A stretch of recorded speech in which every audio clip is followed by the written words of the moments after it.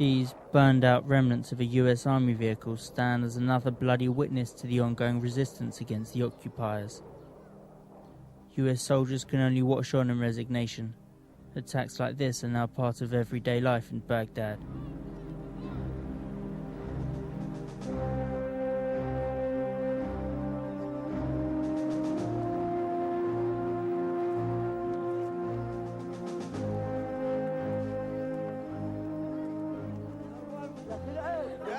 Mujahideens fired a grenade at the vehicle.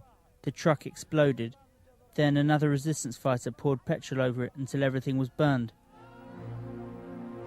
US forces are now facing up to 50 attacks a day against them. More than 800 soldiers have died since the official end of hostilities 1 year ago. Baghdad is still in a state of war. Tanks and military patrols are everywhere. Greeted at first as liberators, the US has now very much turned into the occupiers. Soldiers here are no longer greeted with joy, and the majority of Allied contact with the Iraqi people is now as the subject of hate attacks. Together with the new Iraqi army, the Americans are trying hard to combat the resistance. But the enemy doesn't wear a uniform. Soldiers have no way of knowing who is a fighter and who is a civilian. An attack could happen at any time. The majority of the journalists still in Iraq, like Washington Post correspondent Pamela Constable, are based here at the Sheraton Hotel Palestine complex.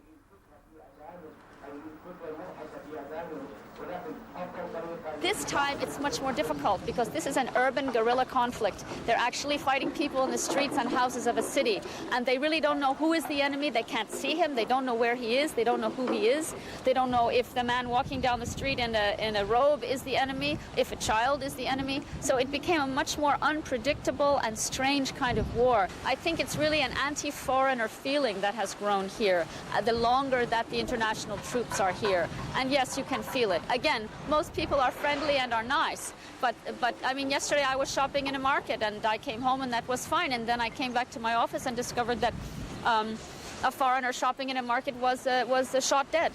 So in the same city. The town of Falluja has become the heart of the resistance. Here, the mujahideen, not the US soldiers, control the roads, after US forces were made to withdraw and encircle the city. Resistance positions are bombed from a safe distance by F-16s.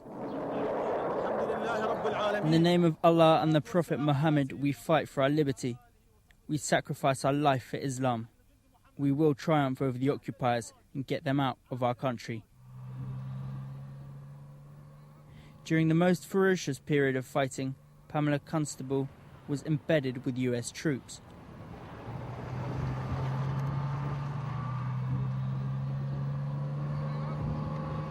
I did go out in the day with some patrols, 4, 5, 6 times, and just you follow them exactly. I would always put myself right behind one Marine and I would step every step that he took and stay in his shadow because he had a big weapon. And it wasn't a guarantee of safety, but it did make me feel a little better. The Marines were forced to clear the streets, shooting at anybody who moved. Civilian victims were commonplace. The Marines told us many times that they had very strict rules of engagement, that they could not shoot unless they saw someone shooting at them, and they could not shoot unless they could actually get a line of fire. They didn't do any of this, they said. Only they were shooting directly.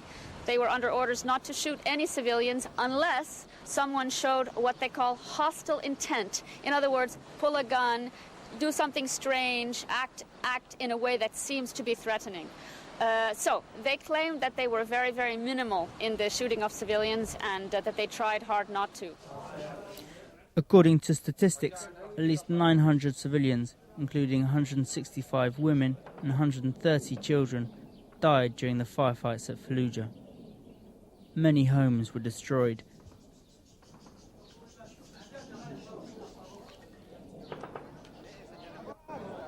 This cemetery is full of fresh graves.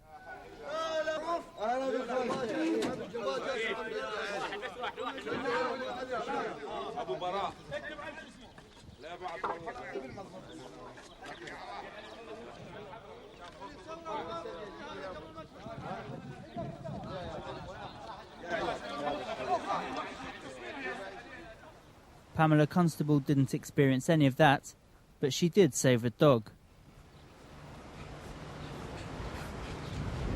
This is Apache.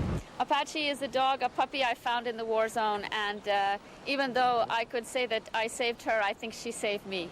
Because really, just to have her around me, and she made me feel more calm, she made me feel more normal in a very abnormal situation. So even if it sounds strange, perhaps, she's just one little dog in a city where there were thousands of killed and abandoned animals. She did make me feel better in that time.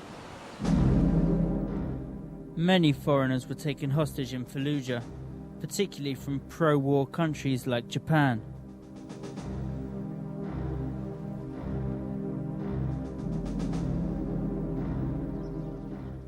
Aika Kanou was also in Falluja at the height of the rebellion. She only just managed to avoid becoming a hostage herself. One of them stand in front of our car, and he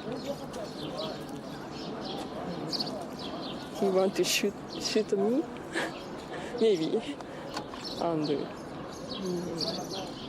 get out from the car, he said.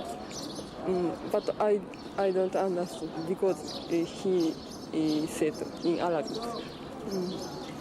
But I understand.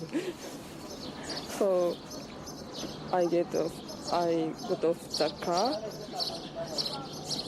He took my camera. But another mujahideen understand what is a journalist. But he does not understand what is a journalist. He shouted, "You are American." Her colleague Kazumitsu Ono was also involved, but he remains defiant. For him, the danger is all part of the job. I'd like to see the human being. What is the man? And so I will go to the dangerous point, because the dangerous point I can see the edge of the human being. I can see that. So I'd like to go that. The situation for journalists in Iraq is now extremely dangerous. Reporters are in constant fear for their life. Western journalists are not seen positively here anymore, just as American stooges. Britain Lee Gordan is getting married today. He fell in love with an Iraqi journalist, Asha, whom he met whilst reporting for London's Sunday Telegraph. Baghdad's registry office hasn't changed a bit from the way it was under Saddam. I came here in January, beginning of January last year, so just 13 or 14 months. And my original brief was to come here and drop into Iraq for about 3 days, and leave before the outbreak of war. And I didn't, and the rest is history. Gordan tells us about his last job, covering Saddam's executioners. First one and second. Is that a usual day for you?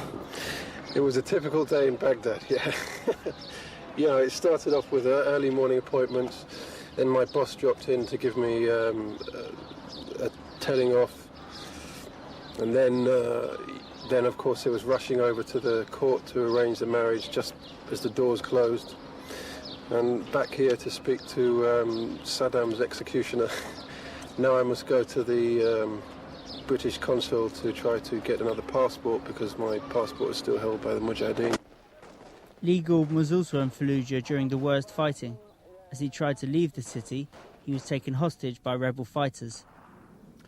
There were moments, and there were several moments over the course of those 9 days when things could have gone wrong. And it began, in fact, with a similar kind of arrest, if you like, and some hard questioning. It's the difficulty with being a British citizen, also being a British citizen who looks Arabic, because they assume that I'm possibly a spy of some kind. So it can make things difficult. But, apart from those moments when Kalashnikovs are being fired nearby, or just when we were seized at the end, an RPG was aimed at me from close range. and a guy jumped in the car holding a hand grenade and stuck it on my lap with his hand on it. Apart from those moments, I kind of had the feeling that things were going to work out. I don't know if that's just kind of silly optimism, but... Back at Baghdad's registry office, Gordan is officially converted to Islam, the only way for him to marry an Iraqi. For the reporter, becoming a Muslim has other advantages. It could protect him from becoming a hostage again.